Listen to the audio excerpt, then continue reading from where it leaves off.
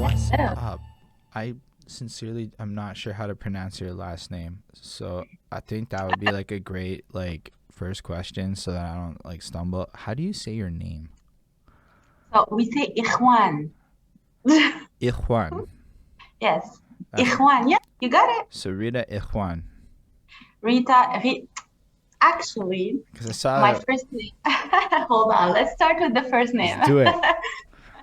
Okay, so my first name, you spell it with a GH. So it's Ghita because the GH in Arabic is pronounced like an R. And so that's why it's Rita. To make it easier for people, I just write it with an R. Hmm. It's story of my life. This is, Because I I would think, not have gotten to R from GH. it's complicated. It's like the Facebook status, the relationship status, complicated. Hmm. Fair enough.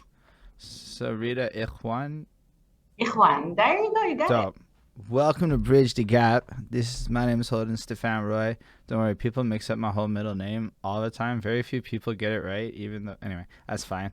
And so I get that. But still, welcome to Bridge the Gap. This is the show where we talk to interesting people such as yourself, and we go through the story of your life and we learn about you. Except this is the more political candidate version where it's like, okay, we have to behave now and run. Well, I have to behave more. You can do what you want. You're the candidate. That can be my. Exactly. I have to be like, this is the candidate version.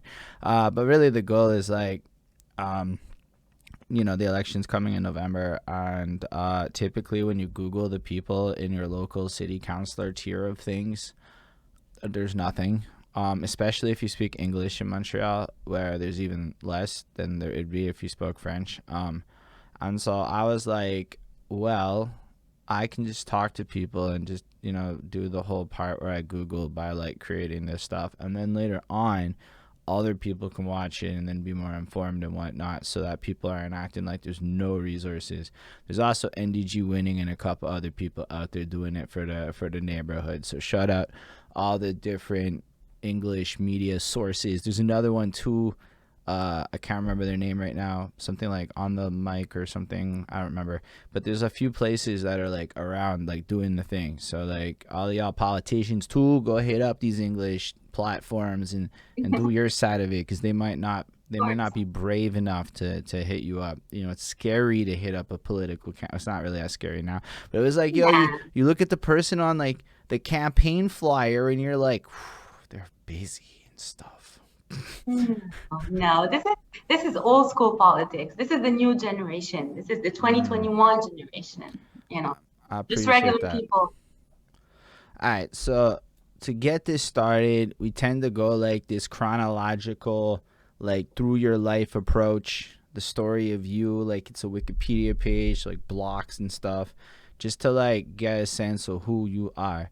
So why don't you bring us back to like the super beginning of your life, and you can like tell us where your life starts. Okay, of course, let's do this. So, my background is Moroccan. I was born in Morocco, grew up in Morocco till I was 11 years old. Then we came here with my Hold family, up. immigration. What's it like to grow up in Morocco? Like we're Awesome. basically the same age as I All, understand it. So it's like not yeah, many people here know what that's like. Tell us a little bit about that. Morocco. So, Morocco is a beautiful country. It's sunny, it's hot, it's well, I mean, Morocco is all about family. It's a Muslim country, but even, I mean, it's a Muslim country, but very modern also. It's very popular right now. The best Instagram pictures are taken there, the beaches and all that. You can tell I'm a millennial, priorities, Instagram pictures. I feel it. Yo, she plugged this on Instagram. It's useful to have those priorities sometimes. Of course, of course. It's 2021. We have to adapt. These are the new tools that we have to work with. And so, yeah, I grew up in Morocco. You know how it is. It's like community. We grew up with the cousins. When we travel, it's all of us together, five cars following each other to the same, like camping or anything. So I really had a very happy childhood. I have the best memories there. I still go back every year, except this summer. last summer because of COVID, obviously. And yeah, very great memories I have. That's awesome. So what brings you to Canada? Or do you come to Canada or do you go somewhere else actually? That was an assumption. No, we came straight to Canada. My family had done immigration, and we got accepted to come to Canada just because my dad is an engineer. He studied in France back in like the 70s and worked in Morocco, and we had a good situation in Morocco. But unfortunately, there's a lot of social injustice, and it's all about where do you want your kids to grow up, in what type of society. You want them to know that they have rights, that they have responsibilities. And that's why those are the main reason why my dad chose Canada, just because he wanted us to grow up in a society where you have options. And not that Morocco doesn't have these options, but it's just more obvious here in Canada, right? And so he wanted us to have like a good life. So we immigrated here. And I came here, I was 11, straight to Côte-des-Neiges, Queen Mary, in front of the geriatric hospital. That was the first apartment where we came. So we were straight up in Côte-des-Neiges. And I went to school there. Then I worked in Côte-des-Neiges. Where'd you go to school? This is important stuff in life. Yeah. So my first year in Canada, I was 11 years old. I had already finished elementary school in Morocco, but because I was too young, I was 11 years old, so I couldn't get to high school straight. You finished elementary school at 11 in Morocco? And it's the same thing. Oh, And the same oh. thing as our elementary school being done. No, here I think you have to be 12 years old to integrate high school. And so I wasn't 12 years old yet when we got here. So they made me redo my last elementary year. So that's what I went to Notre-Dame-des-Neiges. I did that 1 year at Notre-Dame-des-Neiges on Côte-des-Neiges, like literally next to the Côte-des-Neiges metro. And then I went to high school in TMR, but I was living in NDG. At that time, we had just moved to NDG. I went to elementary school in TMR because I wanted to be with my friends. I had just met like cool friends from Canada, and I didn't want to be separated from them. So I asked for like a special derogation to be transferred to TMR, to Montreal, because most of my friends were going there. So I went to TMR. That's where I met Mauricio. Oh. Me and Mauricio were in the same high school. Mauricio Peña. That's interesting. Shout out to him. I think he's listening to us. He probably is. He's probably lurking somewhere, and then he'll show up, or he'll appear. He'll make sure his name appears in the video on the screen at some point. Yes, exactly.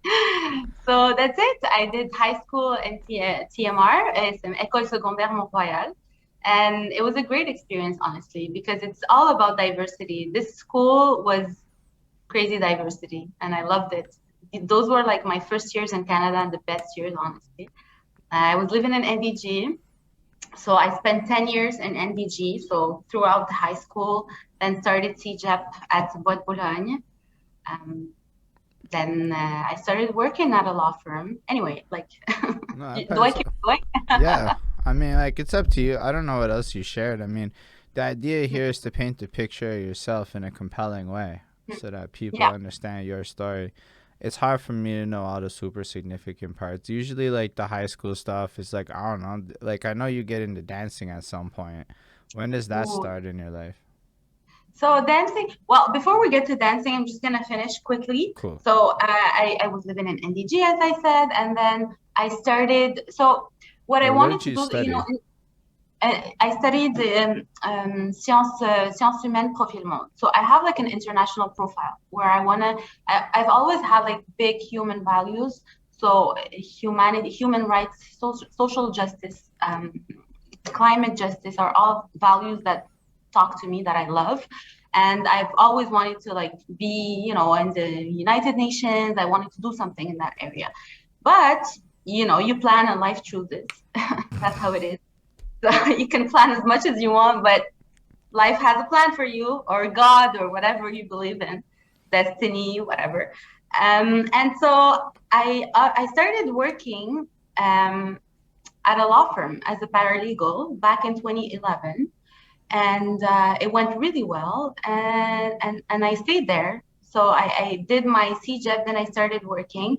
The plan was to go to university right away, but then life happens, so I had to put that on the side for a little while and started working. And it really, I started having more experience in the legal field. That was in 2011 as a paralegal. And then the boss that I had back in the days, who is still my boss today, decided to go on his own and to start his own law firm. And he's a very successful lawyer, very busy lawyer, and he needed someone who could follow, who wouldn't take things personally, how like the legal world, it could be very harsh sometimes, and it's not for everyone. But you have to be able to like put your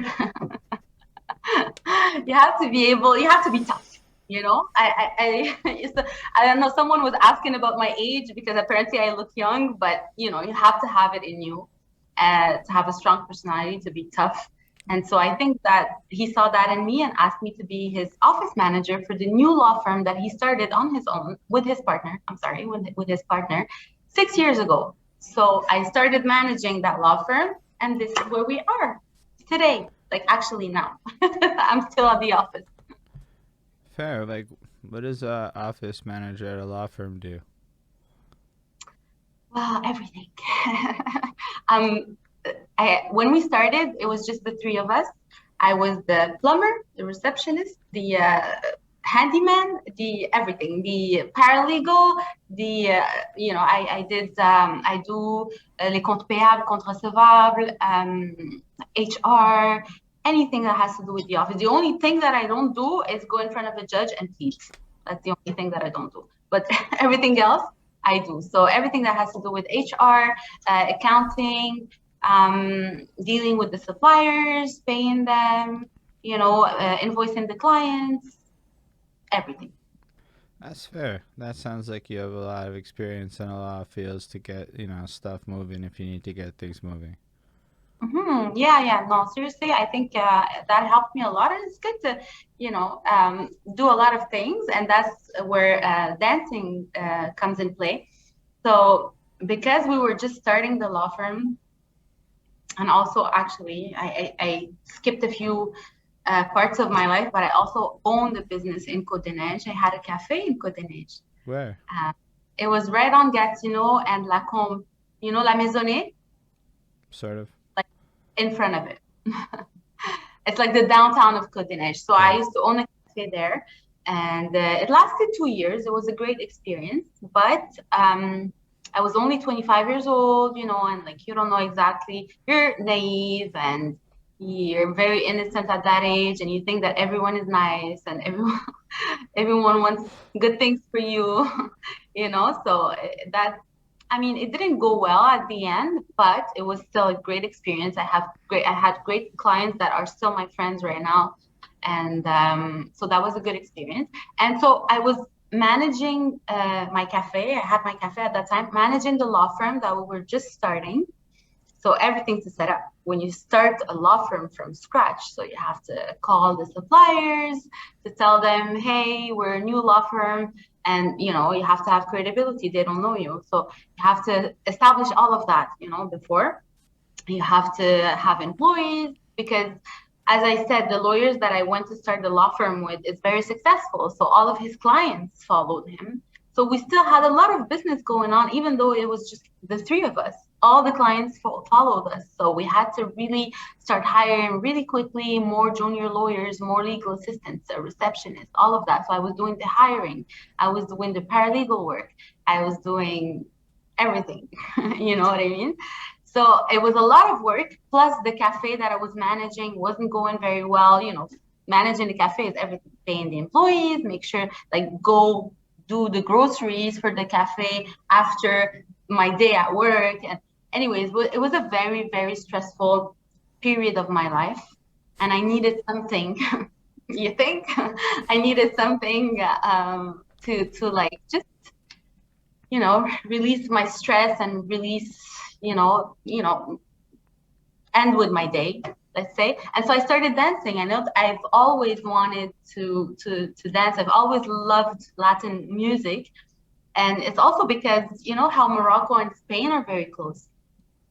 Morocco is the top of Yeah. Africa, and Spain is like the bottom of Europe. And there's only like 14 kilometers of water between us.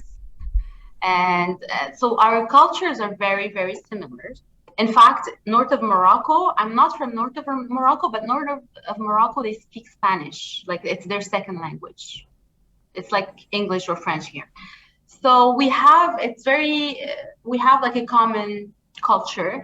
And I don't know, I've always been close to Spanish culture or Latin, like Hispanic in general. And so every time I would listen or like hear a song, a Latin song or a Spanish song, I would like want to dance. And so I decided to just do it. I took a first class and I never stopped since then. That was in September 2016. And now it's been 5 years and I do competition. I have like a coach who's dedicated. And we're preparing now our new choreography and that we're going to perform in 2 weeks in the Canada Salsa Congress in Toronto. Well, say word. So like there's like a whole circuit of contests for that, like competitive dancing and Oh yeah. I even went to Miami for the World Salsa Summit to compete in like beginner levels because I was just starting. But it's another world. It's a huge community. Montreal is one of the biggest like cities that is known for dancing. In fact, my coach is a 6-time world champion. Her name is Paulina. And the current champions of the world are from Montreal, Adriano and Samantha. So yeah. Montreal is a big platform for Latin dance. I'm actually gonna compete with Adriano in Toronto in 2 weeks. So wish me luck. That's so cool. Good luck. I hope you win that. Thank you. So yeah, there's a lot going on right now. A lot. Between the campaign, the dancing, and the office. So how do you get from a position of like all of the dancing office managing life to like now you're running for office in politics and all that stuff?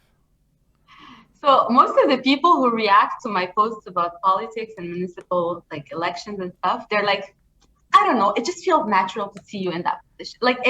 I'm not surprised, So people who know me always see me in things that are completely different, but I always need like a project, something new. It's like I don't like routine, but like c'est pas un hasard la politique because as I said, I have my values are very focused on the human development, right? So I said that before that I put a pause on my studies, but then I picked it up again and I did study university studies in coopération internationale, right? And that's all about how us, les pays occidentaux, how can we help other countries, like the third world countries, as we call them, how can we help them? Because in some way, they're not in the situations, often unfortunate situations that they are in just like that. It's because there's a history behind. Il y a de la colonisation qui a eu lieu. There are things that happened in history that made them in this position. And are we somewhat responsible, us, like the rich countries, for that situation? So we have to stop being that. That's what I learned in those studies. It's like we have to stop being condescending with these countries, and we have to stop like thinking that we're better than them, and bring in our culture from like the developed countries, which is good. It's a good culture, but they have their own culture. Like our way is not better than theirs just because we're more developed. You know what I mean? I even think that sometimes we could have like family values, a bit more of family values that we can learn Yeah, from these. actually, that one is big for me. I went to Pakistan with work in 2013, and I spent a month there, and it made me realize that like there is no family unit structure that I've encountered in Canada outside of maybe recent immigrations or that circuit where it's like people born here and who are like multi-generation here, do not have family connections like you see there, Yeah. where it's like normal for like almost what you were describing when you were young, like 15, 20 people just rolling everywhere, even more than that. And I was like going to like, because I went with my colleague who had family out where we were going. It was just like, that was a blessing, because we went to like the local village where his family was at, and we saw like all this. And it's normal to have like four families living in a place just because the economics of the situation enforce that. But then you also see this sincere desire in everybody to sacrifice for the greater good within the family unit. And that was something that I hadn't really encountered much of in my life until I actually saw it in Pakistan, which is not like, I guess, something people would expect, but it really just connects, I think, with what you're saying. It's great because it's a matter of community. I mean, I get it. I get it that you have to put limits, like your family, for example, like, my parents tend to want to have opinions about my life, about everything, you know what I mean? But that's for me to put limits. But if someone needs me, not just my family, I'm going to be there for them. I'm going to sacrifice everything that I have for them to be better. And these are values that I learned in Morocco. These are values that I am so happy that I kept. Um, so that's what I mean when I say there are things that we can learn from these countries, and this is a great example of values that we can take from them. Because it's great to be all developed and have all these like great things happening in like North America and Europe, and it's amazing. But the real values to me are more important, are the real wealth. So I guess what would be the difference between real values and imaginary values then? Because I'm super curious. Well, it's not imaginary values, it's superficial values. Okay. So here you can wake up in the morning, tired of your car, you go to the dealership and you get a car. It's not something that you can do in Morocco. So it is going to give you a momentary happiness. You're going to be, oh, I have a new car. Yay, that's cool. But then after you're going to get tired of it. And then you go home and you have nobody to call, nobody who calls to ask for you. Like, these are the real values. When you're a good person, when you have good values, you attract people. You don't need to make an effort. You know what I mean?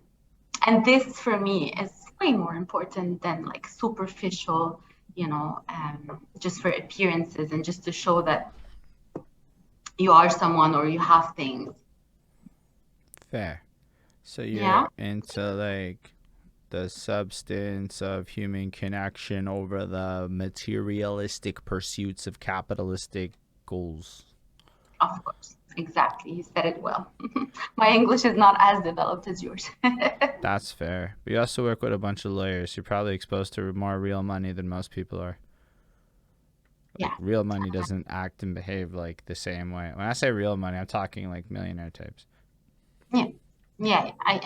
I see it. And I've had the opportunity to be a lawyer. I mean, I've been exposed to the field for 10 years, but I'm happy with what I have. You know what I mean? I don't need the prestige of the position of being called a lawyer to be happy in order to feel satisfaction or to feel that I've accomplished something with my life. I'm very happy of what I've done so far, you know? And I see so many people who, not to talk about the community, most people are happy with what they do in my environment. I'm not talking about my immediate environment, but I see No, in it's the observations in life. it's observations that I've done in the past 10 years that for example, I'm just talking about what I know. In the legal field, people, it's the second, first of all, after dentists, lawyers is being a lawyer is the second profession most depressed. And that's sad. It's really sad because you have all this prestige, you have all this money, but you don't have time to enjoy that money. You don't have time to see your family. You don't have time to see your kids. So it's all about choices in life. What do you want? What is the most important when the day you die, and like I'm touching wood, what are you gonna? I'm very superstitious, but the day you die, are you gonna be like, oh, I've accomplished important things in this life. I've had a good impact in life. I'm happy and satisfied with the life that I lived. I can go in peace. This is my goal in life. And that's why I'm going in politics. This was the right move for me when Mauricio talked to me and told me, "Yo, we need someone in Côte-des-Neiges, and you could fit. You're the perfect candidate. Like you've had a business in Côte-des-Neiges, you studied in Côte-des-Neiges, you live in Côte-des-Neiges, and you know the community. You'd be the perfect person, the perfect candidate." I'm like, you know what, Mauricio? I've been thinking about my impact in the society for the past 2 months. I'm so proud. Like this law firm is my baby. I'm just gonna say this for the record. This law firm is legit my baby. Okay, I've created it. For me, it's really important. I'm always gonna be here for this law firm. Whatever, even if I'm not officially working here, I will always be here to support whatever they need. Okay, just want to say this for the record, and it's very sincere. But I feel like I need to have a bigger impact on society. What can I do for my community? You know, what is my impact? What am I doing? Like I studied human development. I studied human rights, l'éducation à la citoyenneté mondiale. This was my last class that I took last semester. And actually, it's really funny because my teacher is like the best teacher I've ever had in my life. It's someone who like inspires you without making any effort. You know that kind of people? He just texted me like right before the interview to tell me, "Congratulations, I saw that you were running." And like if I was, I'm not saying that to promote myself, but he really, I could show you the text. He said, "If I was in the neighborhood, I would vote for you." But he just told me like it's exactly what I see you doing. You know, I've known you, and in my classes, I can show you that too. Okay, we had to do a work from my last class. We had to do like a travail and analyze like, you know, certain concepts regarding the subject of the class, which is éducation à la citoyenneté mondiale. And what it means is that it's not because we were lucky enough to be born in a country such as Canada, like a rich country like Canada, that we don't have a responsibility towards the whole planet and the other countries who were not lucky enough to be born in a poor country. No one chooses where they're born. They're born. So there should be like equal, like a universal, I don't know, a universal des droits universels pour tout le monde. Equal or universal rights for everyone. For everyone. Parce que c'est trop arbitraire. It's not fair. And this should be universal. So this is just an example of one of the concepts. But it's what we do here, or the little actions that each one of us does on a daily basis, has an impact on other people in other countries that you will probably never meet, but it has an impact on the whole planet. So this is the new way of thinking. It's just thinking about everyone as like a community, like a citizenship, a worldwide citizenship, not just I'm Canadian, I'm Moroccan, I'm Sri Lankan, you know what I mean? Think globally, act locally. That's the idea. And I think that we really have to start going towards that thinking. No, that's really cool. I mean, I'm with you. I'm like, yo, this is definitely a more millennial approach to stuff. I'm like, you sound like the articles that I read about millennial complaints. I'm like, say a word. You care about things. I'm like, but it's just like, okay, so how does that like translate into like local political situations?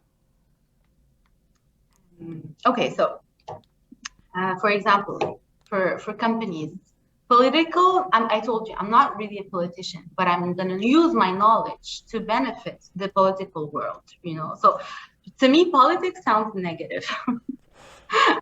Not It's to be, definitely but earned a negative reputation. I think like I it's like to use the word community. What can you do for your community? That I like. So for my community, I'm sorry. it's such a political move. That was the most politician thing ever. You're like, politics is not good. Let's rebrand that with a little spin. So I'm like, it's amazing. You'll fit right in. So so what can we do is just, you know, I'm not here to, yeah, we're here to talk politics, but okay. So social housing, for example, is a big subject. It's something that is so big, you know, especially in a neighborhood like Côte-des-Neiges, where 14% of immigrants go straight to Côte-des-Neiges, just because it's like a happy neighborhood. It's a neighborhood with everything is close and like the hospitals, everything that you need. So we need social housing there, and there's nothing. There's like a statu quo. There's nothing happening. Il y a un blocage sur les projets. What is happening? Why don't we have improvement? Why is it like frozen? What are these people doing? Qu'est-ce qu'ils font les élus? Right. You know what I mean? And when I try to look, online projects, like what's going on? Why is it like, is there a blocus? And there's no information. Like I would have to call like the elected person in Côte-des-Neiges and ask her like, what are you doing? Right? So, and these things should be transparent. Like you shouldn't be have so much trouble to find this kind of information. Right. So these are things that I would like to work on a lot. Social housing, like my priority. Super. It's definitely in line with like the party, as I understand that. That was like one of their main issues. That's fair enough. So like I think it's cool that you like distinguish yourself. Like you're not necessarily a politician. You're just here to like try to make a difference and an impact with it. But with that though, it is kind of important to see like I guess how you bring that into the political sphere, given what the job kind of is with that. Outside of like I guess the like housing issues, as you've gone through it, what are some of the important things to Côte-des-Neiges? I don't know. I'm not as familiar with. I've learned that every district almost has its own little sub issues that they care about. I'm assuming people care about parks in Côte-des-Neiges because they care about parks everywhere. But like, what are some of like the stuff that's like hot topics for the people of Côte-des-Neiges that really is worth knowing about? Well, I think in I think what I'd like to do, Côte-des-Neiges is like the second most quartier le plus multiculturel in Montreal and Canada even. C'est le quartier où il y a le plus de langues parlées aussi. So, c'est très important je pense que donner accès à la langue française, like it is important for these people to speak French or English or both. Ideally, it would be good for them to speak both languages. And a lot of people, they just come here, they find like, le boucher is Arab, they don't need to speak French or English. They go to a supermarket, like it's very convenient. So they don't necessarily. I mean, I never thought about it like that, but I did notice that immigration tends to flow certain cultures all to the same neighborhood, so I guess it creates a dynamic. Oh wait, I can just speak Romanian in the store, so I'm just gonna run the Romanian and I'm not gonna bother with English or French.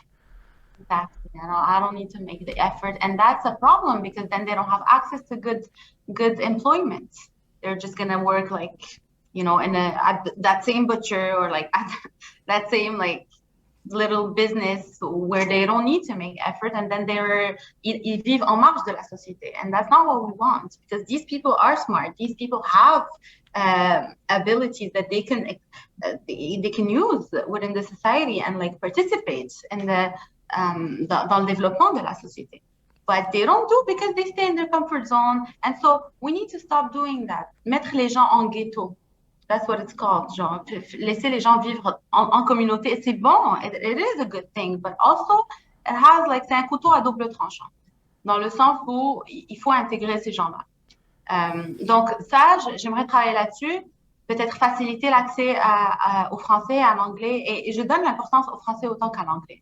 Because me, if I wanted to work, I wouldn't be able to work in a law firm if I didn't have English, Like you see that I have to switch to French sometimes just because French is my first language after Arabic, but I have to, because there are some technical words that I'm not as comfortable saying in English as much as in French, but I can fully function in both languages. So I think that's a minimum for everyone to be able to have access to good employment. Yeah, I definitely think it's advantageous to learn to speak both. Why were you smiling? What? You were smiling when I said that. Well, I mean, I go through that with French. I go through like They make me do tech demos in French. I'm like, I don't know all the computer stuff in French. Like every Yeah. computer term has a weird French word for it. It's not like direct translations and stuff. It's No, like no, that me stuff. neither. So it's like you just end up, speaking whatever language. But also like I just think it's like an interesting idea. Like to summarize the French parts of that was like everybody's mad multicultural, mad diverse, super French, but they are kind of in this double-edged sword situation where the multiculturalism is creating a dynamic where people don't want to integrate. Yeah, exactly. How do you It's from actually? both. So how do you approach that? Well, how do I approach that? Is to give access to, like, for example, free French classes. There's a program that I saw that some students from University of Montreal would go to restaurants, actually in Côte-des-Neiges, like Shish Kebab and another one like a Filipino restaurant down the hill, and they would give the owner a class of French, a French class, because they don't even speak, like the business owner himself doesn't speak French well. They obviously speak English, but they don't speak French, for example. And so you have, like, there's a program that exists where students from University of Montreal go for like an hour to each business, and they give them a class for an hour in French. That's kind of a good, so that exists, but it has nothing to do with the city. It's like a program with the university. So maybe make this program something that is, free, first of all, for everyone, and that everyone could have access to. Another way could be, like, could think of so many ideas, so many programs, but the idea, the main thing is the idea, Can the you know? city launch programs? Because when I talked to all the other people, they all like kind of deflected to, well, all these programs exist and I can guide people to them. So I mean, is the city like able to actually like I guess create a program, or is it more like the best role for the city and this is to organize existing programs? But what they can certainly do is fund those programs. They can delegate the Hmm. organizations to local Okay. community centers, but at least fund them, because the main problem, as we know, is the funding. No, that makes sense. And Yeah. then you get some level of discretionary budgets and all that stuff and all that. Yeah. Yeah. And the other thing that I would like to work on is make sports available to everyone, like if like someone want, like kids want to play hockey, just involve kids in sports at a young age, start them young with sports, with dancing, with any cultural or artistic activity that they feel like doing, because it is expensive. I see my brother with his kids, like a karate class and karate, blah, blah, blah, all of that stuff. It is expensive. I think that not a lot of people are able or if you live like in a neighborhood with like social housing, the HLM, you're not going to have enough money to put your kids in those classes. It should be free for all kids. That way they don't stay in the streets. So instead of funding the police, maybe invest on the long term in these kids Right. from a young age. And you're not going to see the results right away, of course, obviously. But at least, they're busy doing sports. They're busy doing something, They don't have like time to stay in the streets and like to meet perhaps bad people. Right. No, that makes a lot of sense. And I guess in the same way, it would be just a matter of finding the right programs and delegating funds towards that and enhancing whatever exists. Mhm. I mean, the problem is not the ideas. There are a lot of ideas, and young people have a lot of millennials, have a lot of good ideas, Yeah. have a lot of Let's give uh, Gen Z their credit because Gen Z's got way better yeah, ideas. true, true, true, true, true. Yeah, but I mean, let's start with the millennials. We'll talk about it after. Yeah. Yeah. Millennials have good ideas too. I've just been thoroughly fucking impressed by like 18-year-olds coming up with ideas I that know. I'm like, I should have thought of that myself, but I didn't because I'm in They my make us feel so 30s now. old. I know. They make us feel old. I know. It's what it is. TikTok made me feel old actually. Yeah. When I got to the video editor step, I'm like, I don't know how to think of TikToks. And then I'm watching everybody do it and I'm like, nah, I'm out. I'm out. This is it. This is the new phase of life. I'm just gonna accept it and go on. Yeah, I'll find young people. That's the new move. Young people can be creative like that for me, and then I'll work with young people to have better ideas. No, for real, you're right. I feel the same way. But I mean, I appreciate a lot of what you're saying. But then you still have to like deal with this old guard, because from what I understood, Christian Arsenal was the only person like under the age of like 50 something that's like elected or something like that, and now he's not really there anymore. So now there's nobody under the age of old really in there right now. Mhm. So I mean, how does one like integrate into that system and like get them to care? And I don't mean that like in the worst way, but I have worked with people 20, 30 years older than me, and I've come to see that that's a real concern. It is not the same mentality. It's not the same values. It's not the same way of doing things. Everything is different, you know? And I think that's exactly what the city needs, a fresh air, you know, like we're tired of the old, you know, les vieux procédés, the old way of doing things. You know, there are new ideas. Like now we need to let not young people. I don't mean to say young people this way, like oh I'm young, you're old. That's not what I mean. But there are new des idées innovatrices that are very very good and very effective, and that will save you time, save you money, save you a lot of things. So why don't we give them a chance? And human being doesn't like change. And most people do not like to change. They like to stick with what they know, because you don't like you'd rather stick with something that you know than something that you don't know, but that might be very good. But also there's a risk that it's not good. Like we don't know. So Right. you never take the risk, and you always stick with what you know. But that's wrong. That's wrong, because in order to advance, in order to keep moving forward, you need to take risks and you need to trust people. No, I feel that. I mean, I'm not a huge fan of archaic bureaucracy.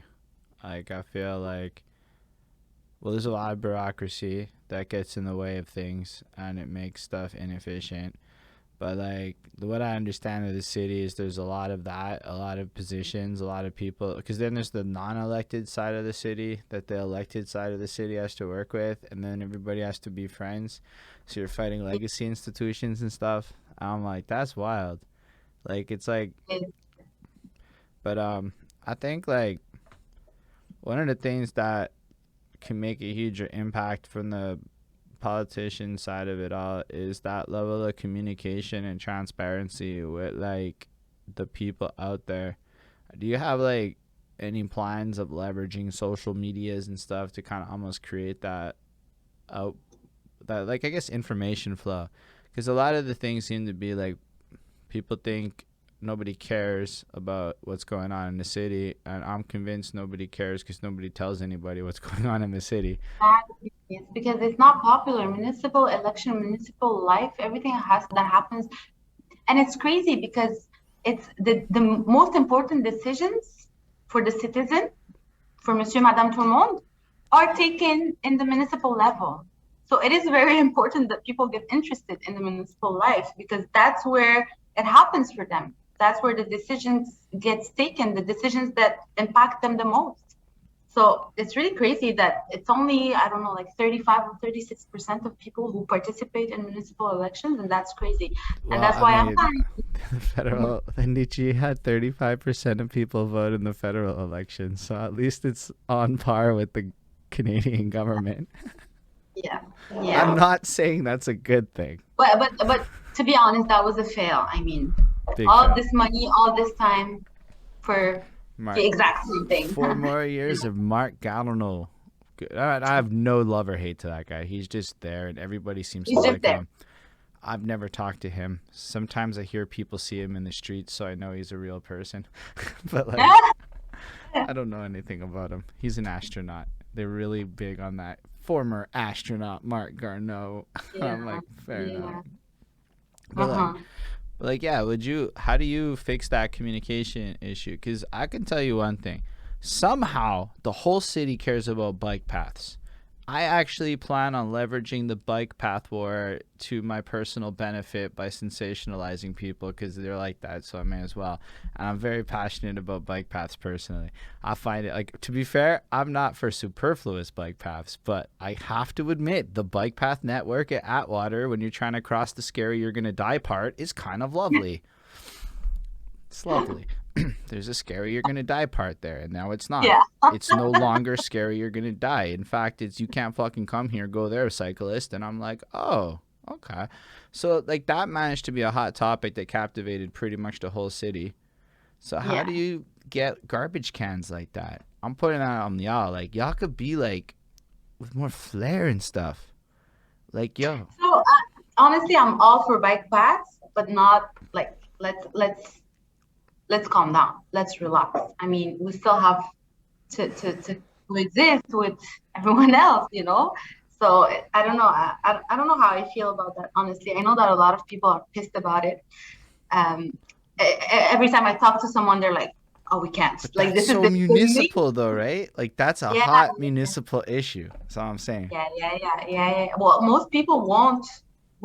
The ones who are like turned off from Valérie Plante, that's the main reason why they will not vote again for her, just because of bike paths. Like for real, it's crazy, you know. And downtown. Uh, Let's be real. Those same people can't Downtown, stand like already downtown the either. businesses are suffering. Why would you do that to them? You know, most like that just killed them. That was the worst decision, honestly.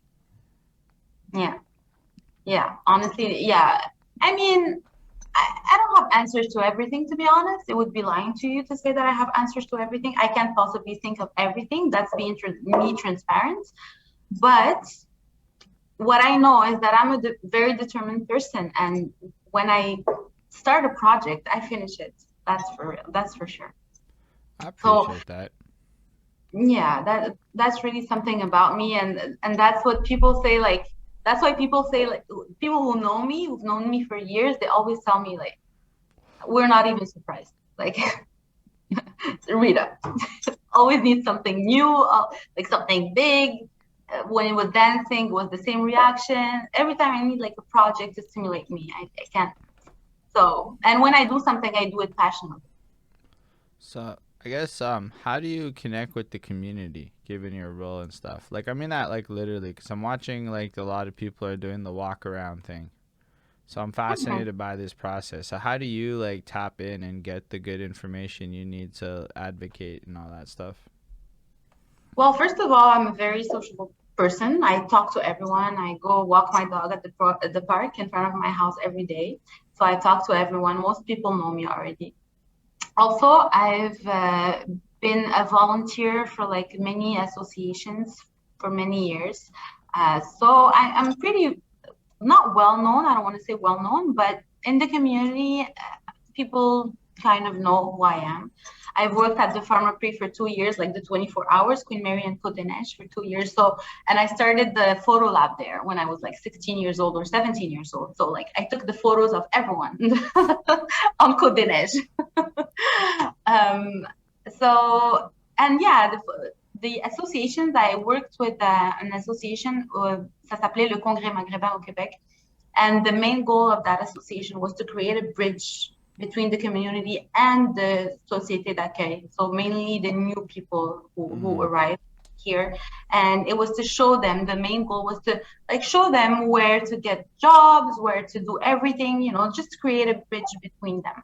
You know, because when you arrive here, shock culturel, you don't know what's happening. It's another world. So the main goal of that association was to help them get access to like resources. So I did that from 2009, I think, to 2012. And then I joined another association that was really concentrated, focused on kids education. So we would do des ateliers de lecture here in like for in Montreal, but we would also do actions outside Montreal, like ramasser des fonds à travers des activités comme organiser un gala culturel, and the theme would be like a Moroccan wedding or like anything, you know. Opération Sceau Noir, when we still had, you know, les sous noirs, like the money, like les sous, Un sou, Oh, pennies. like the, Right, right. yes, the penny. When we still had that back in the days, what we would do is that we would ask everyone to bring like all their pennies, and it was going to be gone anyway. And then we would convert it and have like a big sum and buy like office supplies, not office supplies, mais des fournitures scolaires pour des enfants qu'on a envoyés au Maroc, things like that. So just because of that, I know a lot of people in Côte-des-Neiges. As you know, Côte-des-Neiges is very North African. There are a lot of people from North Africa. So I have a lot of contact with that community and also with all the others. No, I mean, that's pretty good because it gives you an advantage in terms of actually making moves and getting things done and even working around the system. Are you able to work around the system as a politician? Like, I don't know what all the rules are. I This feel is like my you're first stuck with experience as a bureaucracy. politician. Yeah, this is my first experience in politics. So Fair I don't enough. even. I imagine, like, from what I heard, it's like, yeah, it's harder, but doable. And so I'm not like, yeah, nobody knows until you get there. As far as like other stuff that's probably worth just discussing, in terms of your green and ideas, like, do you have ideas for how to make Côte-des-Neiges greener and leverage that situation? So ideas in particular, like a plan, a fixed plan with like bullet points and all that. No, to be No, I honest, no, imagine not, but just general no. ideas. My values are very développement durable. So the main also that's what I studied. You know what I mean? So how to make everything. And my project in my last class was how to make my office here more like eco-friendly. So I installed a lot of things here at the office, to make it more aligned with the développement durable and with all of that stuff. So it is something that is very, very important for me, and it's something that we are going to work on. This morning we had a press conference at the Montreal with the party, and the subject was the environment and how the party was going to act that way, and it is one of the top priorities. So it's housing, employment, and green space. How does the party gonna deal with employment? I never thought about employment. That hasn't come up one time in any of these conversations. Yeah. So we want to focus on the small businesses, especially after the pandemic. So we want to think of ways to help them les relancer, faire la relance économique avec eux, but not just like that, because sometimes when you do that, it's like you helping a promoter or someone who is not necessarily for the people. So we want to have an approach of économie sociale et solidaire. So you are a business, you are going to make profit, but not at the expense of the employee. You know what I mean? So to adopt a mentality of win-win. So for example, instead of being like a straight business with like the CEO making 300 times the salary of the first, like the entry level employee, you are going to reduce that to like maybe 28 times.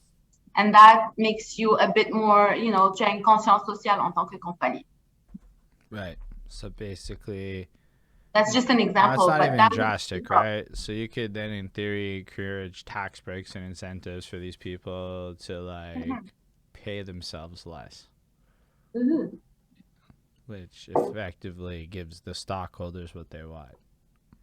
This is the new way of thinking. L'économie sociale et solidaire est de plus en plus populaire because people start having a conscience sociale. You can't just keep living like this. There's going to be nowhere to live soon. There's going to be no planet soon. With everything that's happening, like we've already passed the date de production I don't know how to say it, mais le jour où genre les ressources de la terre qui sont renouvelables en un an are done. And every year that date gets closer and closer and closer. So where are we going? So you need, like, who needs such a huge salary? What are you going to do with it? You know what I mean? I don't know how to answer that question because the truth is I don't have that huge salary, and maybe Yeah, I me would neither. have a much better answer for you if I made that money. I'm going to be completely honest there. But at the current moment, I could fantasize what I would do with it. And I do think that if people are philanthropists with their world, I'm mad okay with rich people being philanthropists. But not everyone's a philanthropist, so it doesn't always like kind of work out like that. Yeah, yeah. Non, s'il y avait de la distribution équitable, and I'm not saying like in intense way, like équitable by the, but if everyone, each one of us would make an effort, especially rich people, there would be no poverty in the world. Right. No, I hear what you're saying. And anyway, I can't go too deep on that topic, but I definitely think there are a lot of rich people that are super happy to hoard some wealth right now. At times where you're like, say a word, that much liquid money's in your bank account on oh, and you start like, it's not even the billionaires and stuff. Like, this could go to the 100,000-aires and still be an applicable situation. Just to like throw that out there. I feel like if you're under 75K, you're probably not doing amazing in the world these days. 75K Canadian. USD might be better off. I don't know. That's fair. Do you like know of any like particular things though that are like initiatives or ideas you could apply from a green perspective to Côte-des-Neiges based off of what you've seen? Because even if you can't do it now, it's still like speaking it into the universe. Yeah. So what I was thinking of doing is, well, it's not necessarily green, but déjà les transports en commun, notre objectif c'est que ce soit transport en commun vert, collectif. But I was thinking That's about like green transport. Yeah, and I was thinking about making it free. Well, the party is already thinking about that, but I really want to apply it in Côte-des-Neiges because it's full of students. It's in front of University of Montreal, and make it free for everyone who is under the age of 25. Because as you know, these people are, like they're students. They don't have huge budgets, so it's not. I'm not talking about like we're not talking about green, but that's one of the things that I would like to implement. Like the big season stuff? No, like really work something to make it really free, like the bus transportation, bus and metro, make it free for people under the age of 25. That's one of the things that we want to do at the party. Say word. And that I really want to implement. Like it would apply perfectly in Côte-des-Neiges just because it's full of students. I'm not gonna lie, y'all NDG cats. There's lots of students up in here too on this side of the fence. We got schools, is all I'm saying. That's a really interesting idea. I have no idea how it would work out, but it's an idea and like a direction. Because I understand like the idea is directions, right? Like you can't even know what you can do fully until you're in that situation. Until you're in position, but it's good to have like a plan and like a good idea of the values and the orientations. So given that like you're actually, because you're part of the party, right? So how much of like your personal platform mandate is like the party mandate, and how much of it is you get to kind of run your own, not like in terms of a campaign, but like I talked to Sue Montgomery and she's pretty anti-party and was giving me all these business cases in a sense for how the party is a problem inherently within it. So her main point is that like you're kind of forced to side alongside party lines. Is that like something that you feel is a concern, or how that would work out for you? Well, honestly, I didn't get into this party because I'm like, if I'm in this party, it's because all my ideas align perfectly with the ones of the party. Right. It's a party where I feel like it's natural. I don't have to make an effort. I just fit. And honestly, nobody tells you what to do just because everyone is there for the right reason. It's just natural. You know what I mean? So for real, nobody ever told me, oh, you can't say this, you can't say that.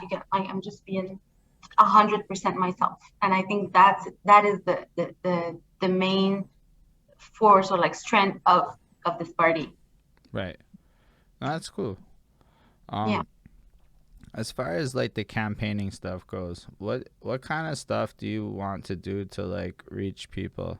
Because I think in a sense, this is where you get to have more like sway. What do you think are like good ideas that could get more, especially young people, to care about the situation? Because a lot of your ideas are going to require young people to vote. Yeah, of course. So what I'm doing this weekend on Saturday, I have an event that is called Salsa and Politics. So we are going to dance. I'm gonna give a salsa class or a bachata class, basic steps, very beginner. I have a Facebook event for that, and I ask people to bring their kids because I want to make an event where people have fun, you know. I was at the event at Giroir, and remember when I met you, and you know, someone just put a salsa song, and a guy in the crowd came with one of the candidates, saw like he heard the salsa and he knows that I dance, so he just invited me to dance, and it actually brought a lot of people. It attracted a lot of people because it's happy, it's you know, it's you're it's just good vibes, you know. So it attracts people, and then they get to ask you what is going on, and it happens just naturally. So I'm planning this event on Saturday. I'm gonna give a salsa or bachata class or both. I'm gonna have snacks for everyone, and it's just easy and not just like this interview. You know, good vibes. We talk about ourselves. It's authentic. It's natural, and you know, I explain whatever I have to explain to people. And I don't really want to convince people. You know, I want them to like what they see. Right. And I think when you're natural, when you're yourself, when you're authentic, you don't have to work that much on convincing people. Nah, it's all about putting. It's I don't think the issue is ever really convincing people. It's always about exposure and finding the people. That's usually the hard part, because once you find the people that you just are yourself and they like you or they do not like you, and that's as simple as that. But then you gotta like still put yourself in a position, because like, I don't know, I saw a bunch of signs go up for the federal election and then they went down, and now there's a lot of signs for this election, and I'm just like, okay, what are the politicians going to do to go past signs on there, really? Like, I mean, I've seen people in the parks, that's cool, but at the same time, if I wasn't doing this, I would still have no bloody idea what was happening. And the only reason... Yeah, it's true. It's true. You do door to door. Il faut faire du porte-à-porte. That is absolutely necessary, because people are not gonna, first of all, they're not gonna go vote if you don't tell them to go vote, especially for municipal elections. You really have to like raise awareness with the young people. I'm just gonna give you an example. Yesterday, I went to a couche-tard to get something from couche-tard, and the guy asked for my ID because he thought I was under 18 and I had the mask. And I'm like, that's such a huge compliment. Thank you so much. And then I'm like, well, you know, you didn't recognize me. My face is all over Côte-des-Neiges. Like, I'm Rita Ikhouane. Have you noticed like the posters, the signs for municipal elections? Even though I lost 7, but but he's like, oh, I noticed. Not you, well, not me, but like he didn't make the link that it was me, probably because of this situation. But he obviously he noticed, and that's, you know, I plugged it that way. And I'm like, well, you know what? If you have more interest about politics and municipal elections, well, here's my card, and here's, so you do this on a daily basis here and there, and then you do your porte-à-porte, and then you I have do. a question about door to door, and I thought about it. I live in an apartment building. There's never been a politician in my life that has come to my door. Oh yeah. Because not. Are you all allowed in buildings? Do you guys go in buildings? Nobody's coming in my building. I'm just, or no. And I've been work from home, right? So I promise, this entire election campaign, I'm gonna be here because I don't go anywhere. But I'm not saying it, but like I realized that I've lived in apartments my whole life, and I don't think I've ever seen a politician show up at my door. For real? Me, it happened once. Actually, it doesn't happen really often. It happened once. And Témoin de Jéhovah also. Did you ever get that? Which one? Témoin de Jéhovah. Who? Which one? Témoin de Jéhovah. How is it? Jehovah's Witnesses? Yeah. Those people used to come in the building, and then I'm pretty sure they got a stern talking to because they stopped going in buildings. Yeah. But like, I don't know. I thought about the door-to-door thing, because I'd say a lot of people are not able to receive the benefit of a lot of people's door-to-door campaigns. Yeah, I'm planning on doing it for sure, 100% in all buildings of Côte-des-Neiges. But like the other side is like, so outside of the door-to-doors and I guess the park events, which again, like even your Saturday thing, I'm like, oh, I can't do that. I'm not free Saturday at that time. So it's like, how do y'all have plans to like leverage internet to create almost virtual-esque events that can, like, this is why I like this Twitch thing, right? Or whatever. It's live, people can show up if they want. But it's there after. Like they did a federal debate, I think, for the NDG candidates, but they didn't have a way to record it and they could only let 50 people in the room. I'm like, wait, so 50 humans get informed on this debate situation, but nobody filmed it? Oh, that's weird. So it's Yeah, it almost is. like I don't know. Do y'all have plans for like leveraging the online technology to, I guess, bridge that gap with the community more? I honestly use a lot of my social media. So I have everything. I have Instagram, I have Facebook, Twitter. I use it a lot. I use a lot of my stories. In fact, yesterday I posted a video and it went really, not really viral, but it was satisfactory to me. That was the goal.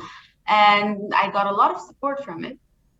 And I use it a lot. And it's very, very helpful, especially to reach the young people and the younger generations, as you said, because they don't know about this. They don't know about voting, especially not municipal elections. And if ever I win, look, I want to win for sure, for sure.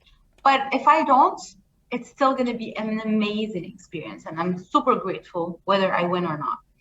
But in order to get them to get out and vote, they need to know at least what's happening. So I post a lot about it. I post a lot about registering aux élections, or make sure that like you're registered, you're like a voter on the list des électeurs. So I post a lot about that, and I have a page, I have my personal page, I have my Instagram. So I use it a lot. I think that most of us do in the party, and I think it's one of our strengths. C'est une force. I saw y'all made a TikTok where you did that dance. I don't know which Alors, dance it is. I was like, say a word. That looks like some Jag Meat Sing stuff if I ever saw it. we like Jack actually. We do a lot of things similar, but it is, yeah, we did that at City Hall. It That's was really, really dope. I loved it. So that's what I like the most about the party. You know, we're easygoing. It's not like the conventional thing where like think straight, like you have to like stay like this and you have to protocols. For like we don't like protocols. We just like to be ourselves. We're not doing anything bad. We want the good for the city and we are being ourselves. And I think that people need that. People are tired of like rigide, des trucs rigides, des protocoles, you know? Life is not about that. No, that's fair. I just personally I'm not that into like I don't care about parks. I know it sounds wild, but like I would love it if there was, I don't know, what are the What would you non-family like ish. us to do? What would No, you for like us to real. I want to see like stuff for grown-ups that don't have children. Like everybody do? talks a lot of whatever about, okay, who has money to burn? It's people in their 30s with no kids. So everybody panders to like the lowest I don't RO. have money to burn. I don't have kids and I'm in my 30s. But okay, I get it. Relatively speaking, you have money to burn compared to any parent version of you. I promise. You have Okay. luxuries in your life. They do not. They just don't. So if you really like look at the situation, like the highest income pool is the most ignored for all the people trying to get more tax dollars at the situation for the neighborhood. Because it's Mhm. not like, yeah, parents and kids is going to do shit. But if you can get a bunch of adults to come on a regular basis and dump money into things, you get a lot of money. Yeah. And it's like, I'm like mad interested in events.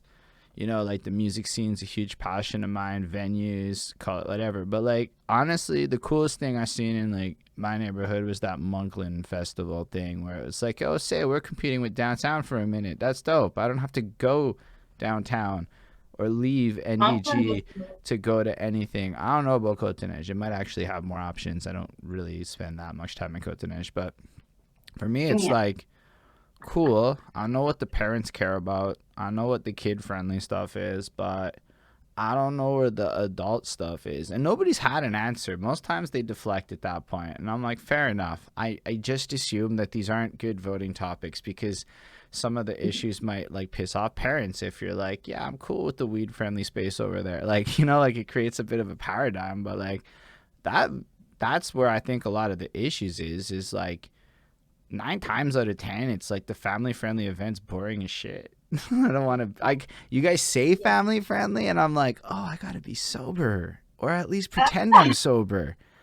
That's I get not it. I get it. really it, you know. Like, I get what you mean. I get what you. I'm taking notes. and I don't know that I ever seen a politician since I've been in my mid-20s and cared that really gave a crap about non-parents and that are adults. They care about students for some reason. But like Yeah. they don't care about like regular office worker dude. That's just I like know, I know what you mean. It's not because I made the choice to stay single that I have to be penalized because I don't have children. You know what I mean? I get what you mean. There are no events. It's like the Sex and the City. Have you watched it? yeah.